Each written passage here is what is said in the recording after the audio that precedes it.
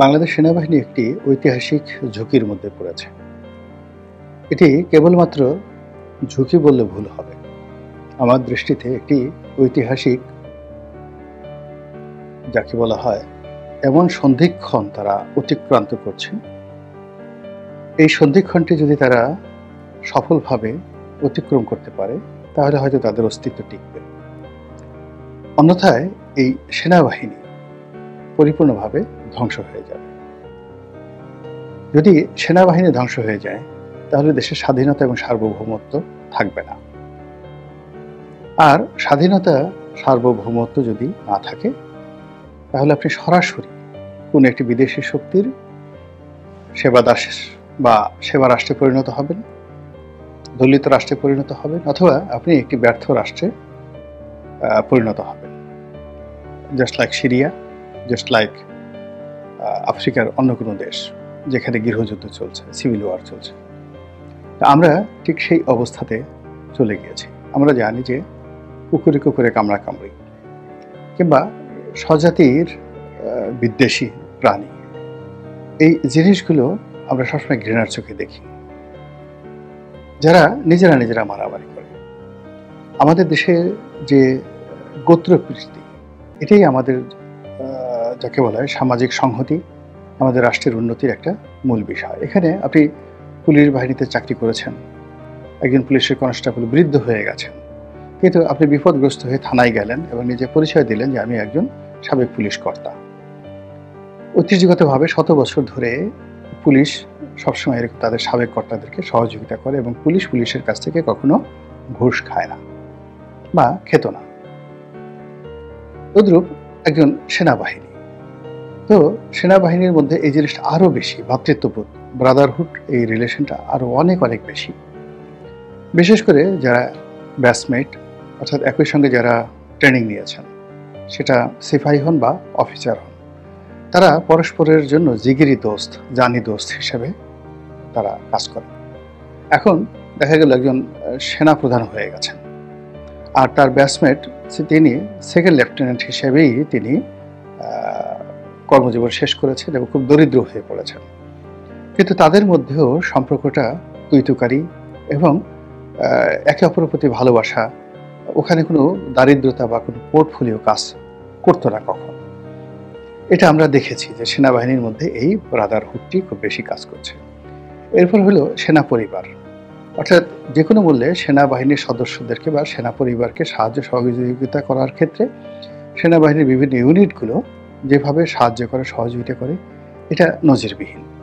ধরুন, কোনো একটি এলাকায় একজন সেনা সদস্য যদি বিপদে পড়েন, তিনি যদি একেবারে সাধারণ সেনা সদস্য হন, বয়স্ক মানুষ হন, কিংবা যেই হন না কেন, তিনি তার এলাকার যে জিওসি আছেন, এরিয়া কমান্ডার আছেন, সেখানে গেলেন, অথবা তিনি যে কোনো একজন পদস্থ সামরিক বাহিনীর কর্মকর্তাদের কাছে গেলেন, প্রাণান্তভাবে চেষ্টা করেন তার সেই সাবেক সেনা সদস্যকে সাহায্য করার জন্য বর্তমান সেনা সদস্যরা।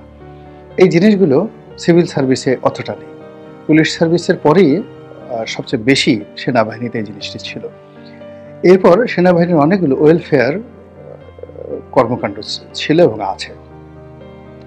তাদের রাওয়া, যেটা অবসরপ্রাপ্ত সেনাবাহিনীর কর্মকর্তাদের একটি ক্লাব, বা তাদের সেনা কল্যাণ সংস্থা, এরকম তাদের অনেকগুলো প্রতিষ্ঠান আছে। তারপরে তাদের হাউজিং সোসাইটিগুলো, ডিওএসএস, এই জিনিসগুলোর মাধ্যমে তারা মূলত একটা ব্রাদারহুড গড়ে তুলতে সবসময় কার্যকর একটা ভূমিকা রেখেছে, যেটি এই সময়টিতে এসে 2025 সনে এসে এটি একেবারে বুমেরাং হয়ে পড়েছে। এখন বলতে গেলে তারা নিজেরা যে দ্বন্দ্ব সংঘাতে জড়িয়ে পড়েছে, এটি রাজনীতিবিদদের মধ্যেও এই দ্বন্দ্ব এবং সংঘাত আমরা দেখছি না। আওয়ামী লীগ বিএনপির মধ্যে যতটা না দ্বন্দ্ব এবং সংঘাত, বা খালেদা জিয়া এবং শেখ হাসিনার মধ্যে যে বিরোধ বা একে অপরকে বিষোদ্গার, তার চাইতে সাবেক সেনাবাহিনী প্রধান ইকবাল করিম ভূঁইয়া আইকেবি এবং সাবেক সেনা প্রধান জেনারেল আজিজ, এই দুজনের মধ্যে সম্পর্কের যে অবনতির ফলে কি কি ঘটনা সেনাবাহিনীর ভিতরে ঘটছে, রাওয়া ক্লাবে ঘটছে, ক্যান্টনমেন্টে ঘটছে, আমরা কম বেশি বাইরে থেকে যা দেখছি শুনছি তাতে প্রতি মুহূর্তে আমরা আতঙ্ক অনুভব করছি। এবং এই সকল ঘটনা আমি শুধু এই দুজনকে উদাহরণ দিলাম। এইভাবে আমি আরো কয়েকজনের নাম বলি, যেমন ধরুন দেশের বাইরে বেশ কয়েকজন সেনা কর্মকর্তা থাকেন। তো তারা ইতিপূর্বে শেখ হাসিনাকে নিয়ে সমালোচনা করতেন এবং that was good and well accepted এবং আমরা তাদের সবাইকে হিরো মনে করতাম। সেটা কর্নেল শহীদ বলেন অথবা ক্যাপ্টেন শহীদ নামক একজন ভদ্রলোক ছিলেন, তিনি মারা গেছেন, কর্নেল, তারপরে মেজর দেলোয়ার বলেন, অন্যান্য যারা আছেন তারা ওই জমানাতে বেশ জনপ্রিয় ছিলেন, ভীষণ রকম জনপ্রিয় ছিলেন, পিনাকির মতো জনপ্রিয় ছিলেন। কিন্তু ইদানিংকালে দেখা যাচ্ছে যে বেশ কিছু সামরিক কর্মকর্তা ফেসবুকে এসে, ইউটিউবে এসে তারা সেনাবাহিনীর ভিতরকার অনেক গোপন খবর তারা বলে দিচ্ছে পাবলিকলি। তারা জেনারেল ওয়াকারুজ্জামান সম্পর্কে বিষোদগার ছড়াচ্ছে। আবার জেনারেল ওয়াকারুজ্জামান ছাড়াও অন্য সিনিয়র যারা জেনারেল রয়েছেন তাদের সম্পর্কে বা ক্যান্টনমেন্টের যে খবরগুলো আমরা কখনো জানতে চাই না, জানার আগ্রহ নেই, বা যে খবরগুলো আসলে আমাদের জানা উচিত নয়, সেই খবরগুলো এখন তারা বলে দিচ্ছে। এবং এগুলো নিয়ে সেনাবাহিনীর মধ্যে যাকে বলা হয় কতটা নেতিবাচক প্রতিক্রিয়া তৈরি হয়েছে বলতে পারবো না, কিন্তু আমরা যারা সাধারণ মানুষ তারা সেনাবাহিনীর সম্পর্কে আমরা ন্যূনতম যাকে বলা হয় আগ্রহ, ভয়, ভীতি, সম্মান প্রদর্শনের কোনো কারণ অনুভব করছি না। উল্টো আমরা এদের অপপ্রচারের কারণে সেনাবাহিনী সম্পর্কে নেতিবাচক ধারণা পোষণ করতে বাধ্য হচ্ছি। এবং এটি আপনি দেখুন যে মাঠে যারা দায়িত্বরত সেনা কর্মকর্তা রয়েছেন বা সেনা সদস্য রয়েছেন তাদের নৈতিক শক্তি, মোরাল শক্তি কিন্তু ভেঙে দিয়েছে। এবং এখন তারা যেভাবে জনগণের দ্বারা লাঞ্ছিত হচ্ছেন, জনগণ তাদেরকে যেভাবে ভুয়া যাকে বলা হয় স্লোগান তুলছেন তাদেরকে দেখলে, এবং যেভাবে তারা প্রতিপক্ষ, আমাদের যারা প্রতিপক্ষ মানে সেনাবাহিনীর প্রতিপক্ষ কিন্তু জনগণ নয়, সেনাবাহিনীর প্রতিপক্ষ হলো ভারতীয় সেনাবাহিনী, সেনাবাহিনীর প্রতিপক্ষ মায়ানমারের সেনাবাহিনী, তারপরে আরাকান আর্মি, সেনাবাহিনীর প্রতিপক্ষ ইন্ডিয়ান আর্মি, আমাদের সাথে যাদের সাথে যুদ্ধ হয়েছে বা আগামী দিনে যাদের সঙ্গে যুদ্ধ হতে পারে, সীমান্ত যাদের সঙ্গে আছে, কিংবা ধরুন যারা বাংলাদেশ আক্রমণ করতে পারে, এই সকল বহিঃশত্রু। তো তারা হলো সেনাবাহিনীর শত্রু। আমরা জনগণ কিন্তু শত্রু নয়, রাজনীতিবিদরাও সেনাবাহিনীর কোনো শত্রু নয়। এর কারণ হলো সেনাবাহিনীকে আমরা এমনভাবে গড়ে তুলেছি, এমনভাবে আমরা তৈরি করেছি, তাদের আবাসস্থল আমাদের জনগণ থেকে তারা আলাদা। আমরা নিজেরা মারামারি করবো, কাটাকাটি করবো, যা কিছু করবো, তার সঙ্গে সেনাবাহিনী থাকবে না, সেনাবাহিনীকে আমরা জড়াবো না। তারা শুধুমাত্র বহিঃশত্রুর হাত থেকে আমাদেরকে রক্ষা করবে এবং আমাদের জাতীয় দুর্যোগগুলোতে রয়েছে সেই দুর্যোগগুলোতে তারা এসে রাজনৈতিক সরকারের হুকুমে এসে সাহায্য করবে, বন্যাতে, ঘূর্ণিঝড়ে, এই সমস্ত ক্ষেত্রে, বা করোনার মতো কোনো ঘটনা যদি ঘটে, বা জাতীয় খুবই জরুরি গুরুত্বপূর্ণ ঘটনা যেখানে আসলে পুলিশ পারছে না, এরকম জরুরি ঘটনা ছাড়া মূলত আমরা সেনাবাহিনীকে ব্যবহার করবো না। এটা হলো নর্মাল নর্মস। কিন্তু এখন সেই সেনাবাহিনীকে এমন একটা অবস্থায় নিয়ে এসেছে বর্তমান যারা রাষ্ট্র পরিচালনা করছেন তারা, আর সেনাবাহিনীর বর্তমান যারা নেতৃত্ব তারা, এবং একই সঙ্গে সেনাবাহিনীর যারা সাবেক কর্মকর্তা রয়েছেন তারা আলাপ আলোচনা করে পুরো বাহিনীটির যে রিদম, সেই রিদমটিকে একেবারে নষ্ট করে দিয়েছে।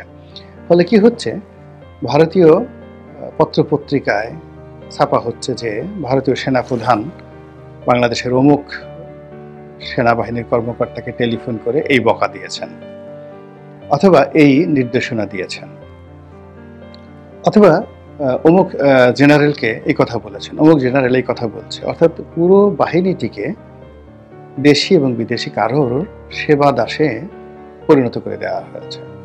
এবং এই কাজটি মূলত বাইরের আমরা করিনি। আমরা সেনাবাহিনীকে আগে যেভাবে সম্মান করতাম, এখন সম্মান আগের মতো না করলেও তুচ্ছ তাচ্ছিল্যের পর্যায়ে আমরা এখনো যাইনি।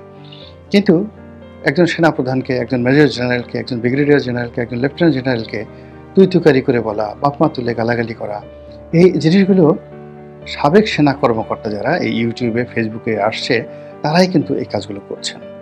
দ্বিতীয়ত আরও কিছু জনপ্রিয় যারা ইউটিউবার রয়েছেন, ফেসবুকার রয়েছেন, তাদের কাছে সাবেক সেনা কর্মকর্তারা যখন খুব দায়িত্বপূর্ণ, গুরুত্বপূর্ণ পদ পদবিতে ছিলেন, সেই তাদের অনেক গুরুত্বপূর্ণ নথি, সেনাবাহিনীর অনেক গোপন দলিল এদের কাছে দিয়ে দেওয়া হয়েছে। ফলে আপনি চিন্তা করেন যে জেনারেল আজিজের সঙ্গে তার এক বন্ধুর যে টেলিফোন কনভারসেশনটা হলো, এই কনভারসেশন তো আসলে বাইরে আসার কথা নয়। কে দিয়েছে? নিঃসন্দেহে ওই সময়টাতে যারা এই টেলিকমিউনিকেশন, সেটা সেনাবাহিনীর telecommunication department, DGFI telecommunication department কিংবা মেজর জেনারেল জিয়াউল হাসান যেটা পরিচালনা করতেন, যারা এই কল রেকর্ড করে, কিংবা পুলিশের টেলিকমিউনিকেশন যারা এই কাজগুলো করে, তারাই তো এই কাজগুলো করেছেন। নচেত এই কল রেকর্ড কিভাবে যায়?